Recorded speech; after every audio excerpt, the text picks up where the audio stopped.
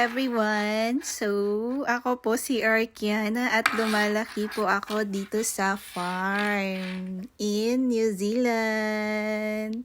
So, yun. So, papakita po namin ang aming simpleng buhay dito sa New Zealand. So, una sa lahat, ang nanay ko po is a nurse pero hindi po nagtatrabaho kasi kailangan niya po akong alagaan, at ang tatay ko po ay isang farmer. So, dairy farmer po siya dito sa New Zealand. So, ako po ang kanilang baby Arkiana. So, ayan. Moving on po tayo. Winter po ngayon sa amin. So, ipapakita po namin yung buhay namin ngayong winter at ang aming environment. So, ayan. Nasa farm po kami. So, lumalaki po ako sa farm, Your Honor. So, there you go. Ang ganda ng snow. So, and so enough with my baby Arkiana. So, yan.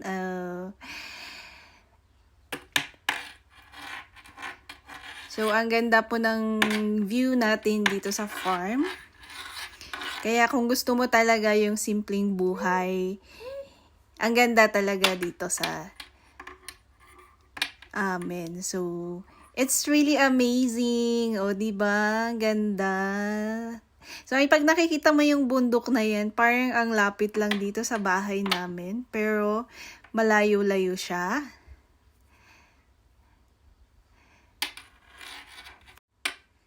Kaya, so far, ayan. Kailangan nagpainit din ang aking baby Arkiana na ito. So, there you go. Kailangan makapal din yung damit kasi mas malamig talaga. Of course naman kasi winter, besh, diba? So, yun. Dahil pink na pink ako ngayon. Hi po sa lahat ng aking mga masugid na followers na madagdagan pa at mag-grow po ang channel natin. So, yan. So, smile there. At ano na siya ngayon, 11 months na. So, 11 months na ang ating Arkiana na ito. Naman. So, ito yung view. Ito yung view na kinuha ko siya sa parang maganda yung sikat ng araw pero puting-puti pa rin yung ating bundok. At nasa loob ako ng bahay nito, kinukuhanin ko lang yung view dyan sa labas. Kasi nag-frost. Pag nag-frost kasi mas malamig siya. Yan.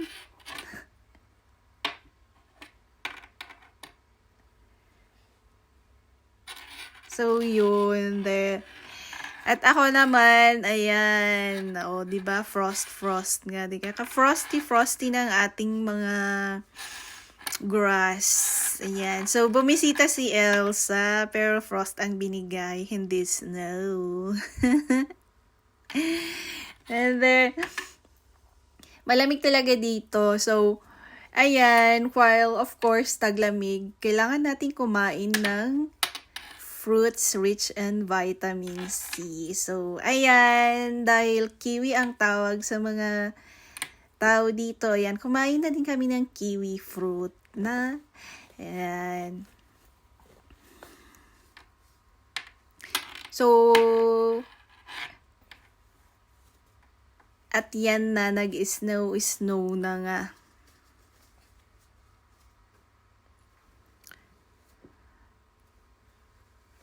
And this is winter 2024. O, diba? Effort talaga, besh.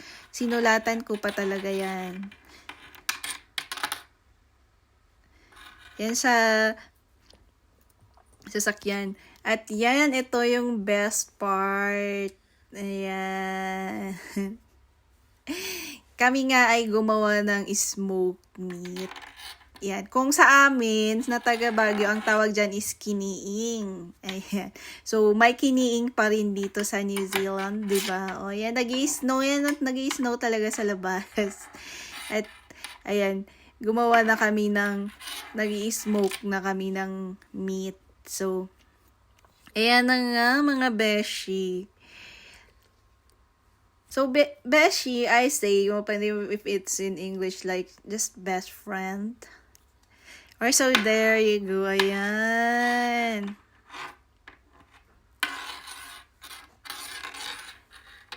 And to our smoked meat. So, kakakatay lang namin yung baboy. Kasi nag-alaga kami ng baboy. At, ayan, okay naman siya. Lumaki na at time for smoke. Ang smoked meat kasi, malasa din siya. Tsaka may aroma siya. Ayan. That's my hobby, making our smoked meat dito sa labas. So, pausukan lang namin siya for like, hanggang sa mag-dry siya. For mga 3 to 5 days siya, ganon. At yan. So, while hinihintay namin yung aming smoked meat, yan naman yung ating pinakamaganda na view sa labas. So, winter na winter talaga siya. So, sa lahat ng mga nandito sa New Zealand, ayan, let's keep warm everyone. Ayan, o diba? So, let's enjoy the view dito sa New Zealand. Madadaul!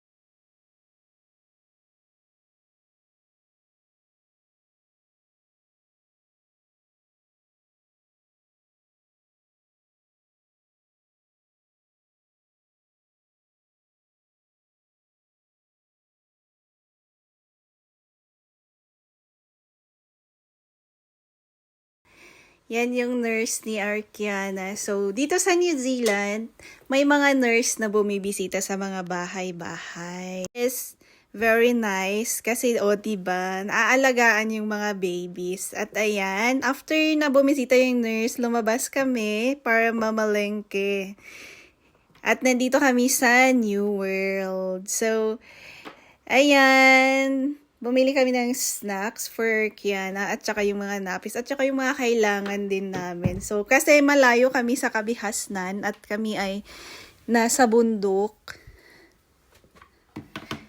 Kailangan nang bumili ng nagawa namin. Bumibili na lang kami ng pang isang buwan or pang isang linggo, ganon, para makatipid-tipid din. Kasi mahal din ang gas ng sasakyan. So, usually pag nalabas, ganun, umaabot ng mga $50 to $80.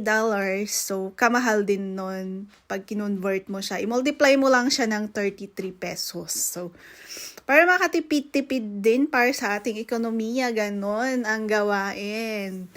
At hinihintay namin na tumila yung ulan. Kasi nung lumabas kami, medyo maulan siya. Wala kaming payong. So, hindi uso yung payong dito. So, hintayin lang namin na tumila yung ulan. Kasi usually mabilis namang tumitila yung ulan. Ayan. So, while waiting, yun nga ang sabi ko, pag nandito ka sa New Zealand at malayo ka sa town or sa market area, ayan, yung ginagawa namin is bumibili na talaga kami ng stocks namin na food for 1 month or for 2 weeks, ganon, para makatipid nga ng gas. Kasi kailangan nating mag-ipon-ipon din para naman sa ating ekonomiya, di ba? So, this is the bread that I baked. We call it Spanish bread. And Spanish bread siya. Natututo na lang din ako dito na mag-bake kasi yung mga cravings ko na ibang mga Filipino foods like that na bread, wala dito. So, ayan. Thank you sa YouTube. O, diba? Kasi YouTube ko na lang yung mga yan. So, that's the process. Ayan, i-oven mo lang siya. And, i-follow mo lang yung instruction ng nabasa mo na recipe. Tapos, ayan. O, diba? So, kakauwi lang namin yan na after na malengke. At sabi ko, ako ay mag-bake na nga. So, ayan. So, hinihintay na matapos yung bake ko. O, diba? So, cravings. Yan yung kagandahan dito kasi comfortable yung life. At yung mga bilhin mo lang talaga. So, yan. While my Arkiana is playing, nakabalik na kami. Medyo, say hi! Say hi! Ay, gusto magpakarga. Nakakatapos ko lang na ng aming binake na yon. So, come on. Come on! Sige na! So, nagpa-practice na maglakad pa ito. Ayan. O, diba? So, ito yung buhay namin na dalawa kay Arkiana. Habang naghihintay kay Daddy sa work, ayan, dalawa muna kami. Oops.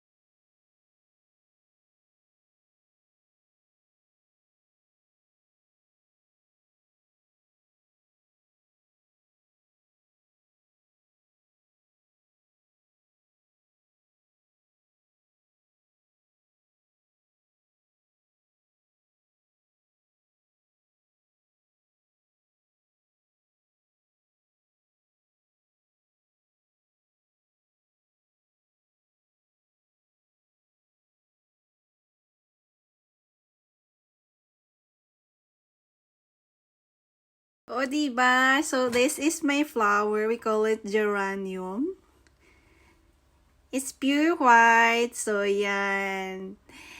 Ready to go na naman kami ni Arkiana. So, I have to put her on her car seat para makapag-drive ako. Kami ay mga ngapit bahay lang naman. So, yan. Excited ang ating Arkiana Pots na lumabas. Say hi! Say hi, Arkiana. So, yan. So, dito, kailangang matutong mag-drive ang mga babae kasi it's a necessity na if you're going for work, o di at least alam mong mag-drive. If you're going for any places you wanna go, ayan, makakapunta ka. So, yan. At nire-ready ko na nga itong aking Arkiana na ito kasi kami ay mga ngapit bahay sa kanyang lola doon sa kabila. So, hey, are you ready? Are you ready? Let's go!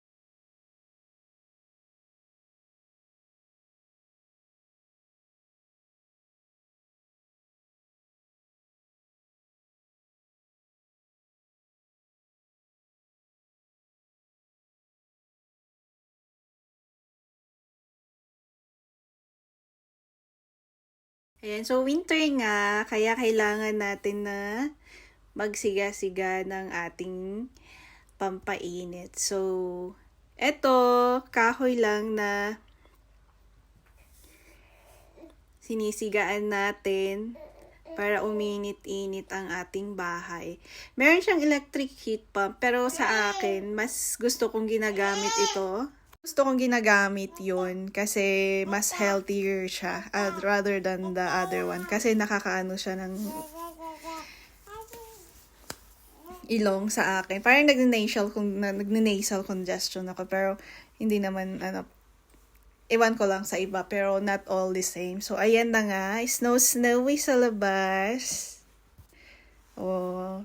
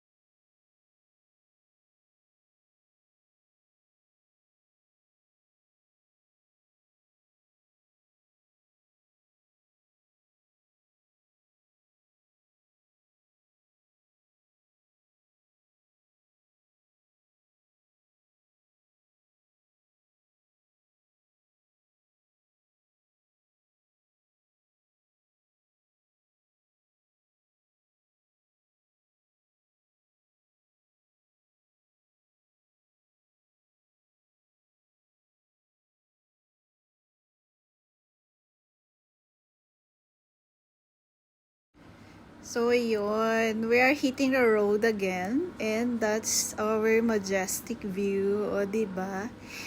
It's really amazing. So, if you're a nature lover, must try talaga to visit New Zealand. Kasi, ayan. So, it has a lot to offer. So, I am sharing our winter days. So, the other next videos will be other seasons. So, I hope you'll be watching our videos. And thank you sa lahat po nang nag-subscribe sa atin. So, ayan. So, let's just keep enjoying our view. So, hindi siya everyday na nag-snow or nagano dito sa New Zealand. So, other days will be just cold. Pero other days will be snowing. Pero ang ating mountains, usually they have snows all over pag winter na. But do not expect na meron siyang snow. Kasi other countries will be covered with snow. Meron pa siyang thickness na makakapal.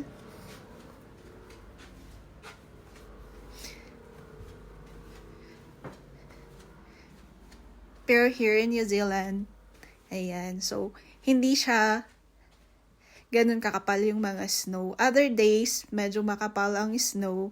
Pero at the moment, ayan, ganyan po siya.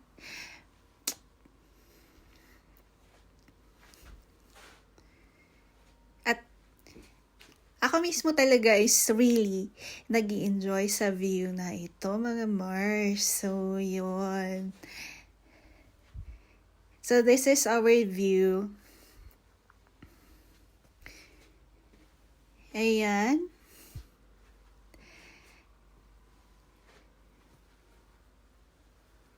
It's not always na marami kang makikitang mga bahay-bahay dito. Kasi usually, magkakalayo ang mga magkakapit-bahay dito. Unless nasa town ka or sa city, so magkakalapit-lapit. For us, in our case, ayan, wala kang masyadong makikitang bahay-bahay. Yan. Kasi malawak siya na farm. So, just enjoying this beautiful view na aking nadadaanan. So, yan. Ang ganda-ganda nga naman. O, diba?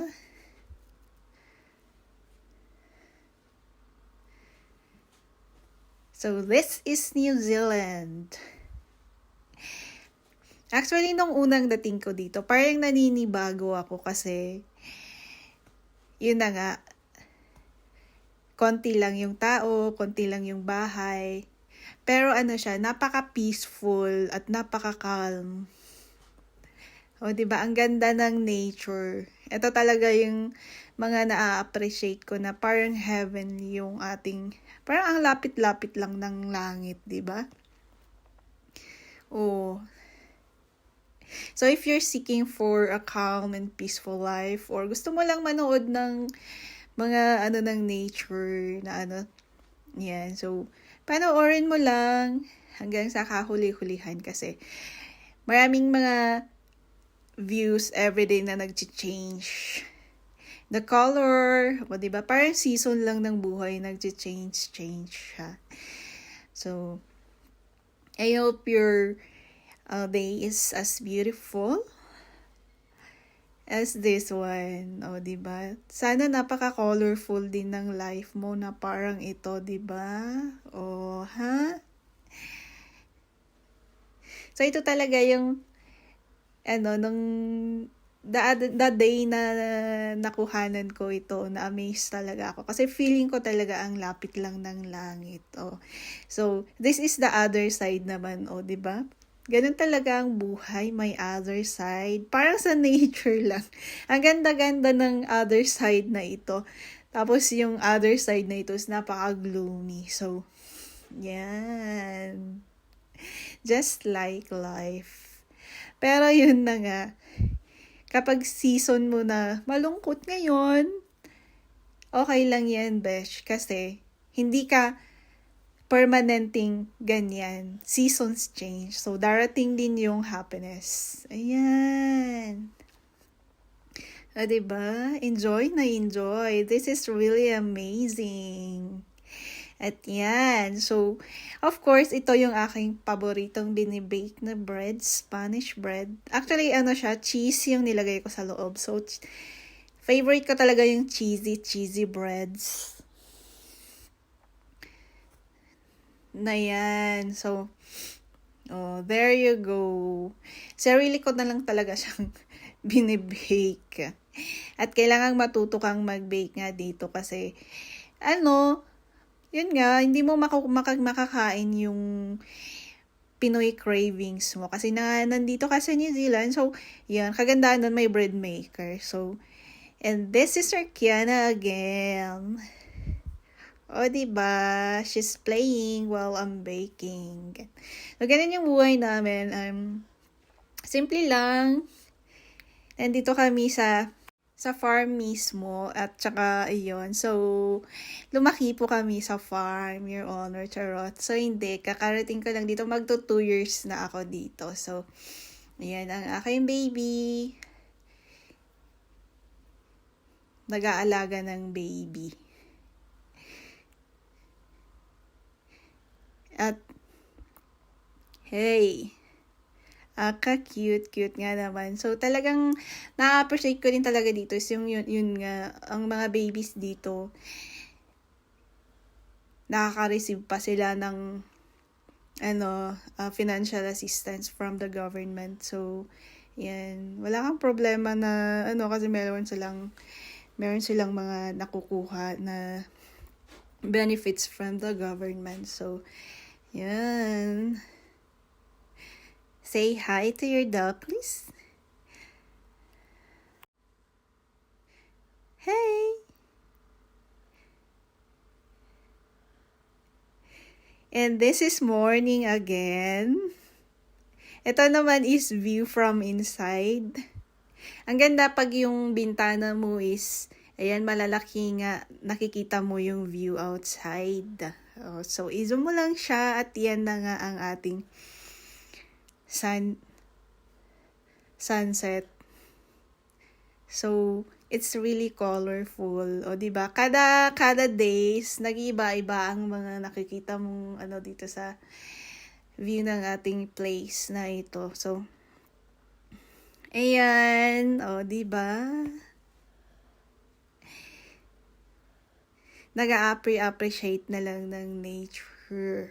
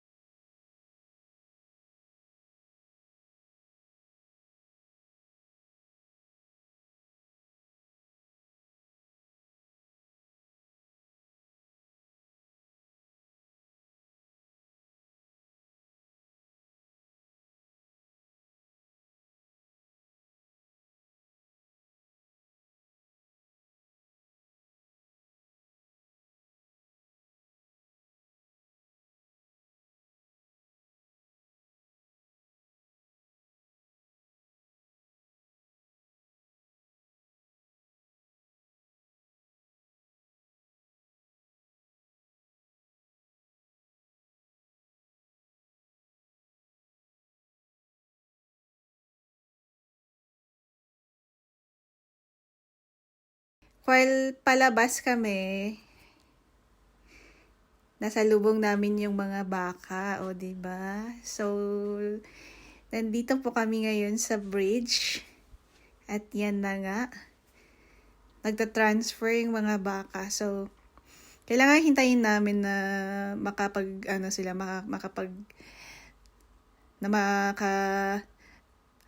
silang lahat. O, 'di ba? So, just enjoy. So, pag nandito ka, meron yung di mo, hey, walang pakiyang ating si Arkiana. Lumalampas na yung mga baka, baby. Ayan. So, yun. Kailangan naka-car seat ang ating mga babies dito when going out. So, yan. Nasasanay na siya sa kanyang car seat. O, diba? So, this is for their own safety pa din na naka-car seat whenever you go out. So, sometimes pag kinakarga ko pero nilalagay ko lagi siya sa kanyang car seat for own safety kasi hindi natin alam kung anong mangyayari. So, yun. So, ayan na nga, pag nandito ka sa New Zealand at nandito ka nga sa may dairy farm, ayan ang makikita mo. So, expect na makakakita ka ng mga baka na naglalakad sa kalsada, and also sheeps as well kasi malawak nga na farm dito sa amin. So, meron yung makikita mong mga baka and sheep. So, more on dairy and wools ang mga nila dito. So, yan.